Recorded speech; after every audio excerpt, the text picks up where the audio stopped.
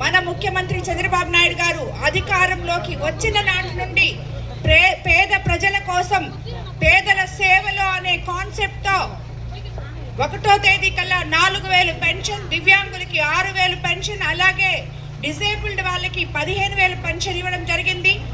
అలాగే తల్లికి వందనం, ఎంతమంది పిల్లలుంటే అంతమంది పిల్లలకి తల్లికి వందనం అందించడం జరిగింది. ఈరోజు ఏ ఇంటికి వెళ్ళినా 2 పిల్లలున్నా, 3 పిల్లలున్నా, 4 అందరికీ తల్లికి వందనం వచ్చింది అని చెప్పి ఎంతో గొప్పగా చెప్పుకుంటున్నారు. ఆ తల్లుల ముఖంలో ఆనందం చూస్తున్నాం మనం.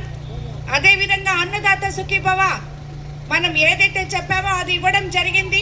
3 సిలిండర్లు ఇవ్వడం జరిగింది. స్త్రీ శక్తి కింద ఉచితంగా మహిళలు బస్సులో ప్రయాణిస్తున్నారు ఈరోజు. అదేవిధంగా మనం ఈరోజు మెగా డిఎస్సి చెప్పాం. 16,000 మందికి టీచర్ పోస్టులు, ఉద్యోగాలు భర్తీ చేయడం జరిగింది. ల్యాండ్ యాక్ట్ రద్దు చేసి అందరికీ పట్టాదారు పాస్ పుస్తకాలు రాజముద్రతో ఇవ్వడం జరిగింది. అదే కాకుండా ప్రతి ఒక్కరికి కూడా ఆటో సేవలు ఇచ్చాం, మత్స్యకార సేవలు ఇచ్చాం. అలాగే అంగన్వాడీ టీచర్లకు కూడా తల్లికి వందనం వచ్చే విధంగా మనం చేసాం. ఫీజు రియంబర్స్మెంట్ ఇచ్చాం.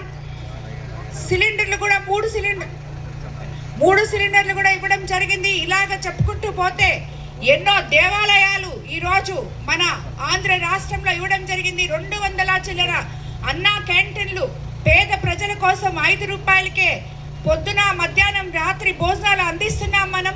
కాబట్టి ఈ రకంగా చెప్పుకుంటే మన ప్రభుత్వం అధికారంలోకి వచ్చిన తర్వాత ఒకవైపు సంక్షేమం, మరోవైపు అభివృద్ధి, ఇవన్నీ ఒక ఎత్తు అయితే మన ముఖ్యమంత్రి చంద్రబాబు నాయుడు గారు అనారోగ్యంతో బాధపడుతూ ఆర్థికంగా ఇబ్బంది పడుతున్న వాళ్ళకి సీఎంఆర్ఎఫ్ కింద ఎంతో మందికి ఆ ఇంటి పెద్ద నిలిచి వాళ్ళకి ఆర్థికంగా బలం చేకూరుస్తున్నారు.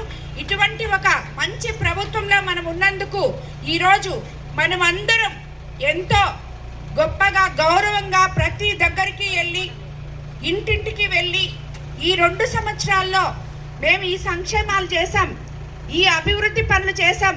ఆర్థిక వ్యవస్థ గత 5 ఏళ్లలో అస్తవ్యస్తంగా ఉన్నా కూడా సరిదిద్దుకొని ఇన్ని మీకు చేస్తూ పోతున్నాం. ఇంకా 3 సంవత్సరాలు ఉంది. ఇంకా తప్పకుండా మీకు అందరికీ ప్రజలకి అండగా ఉంటాం.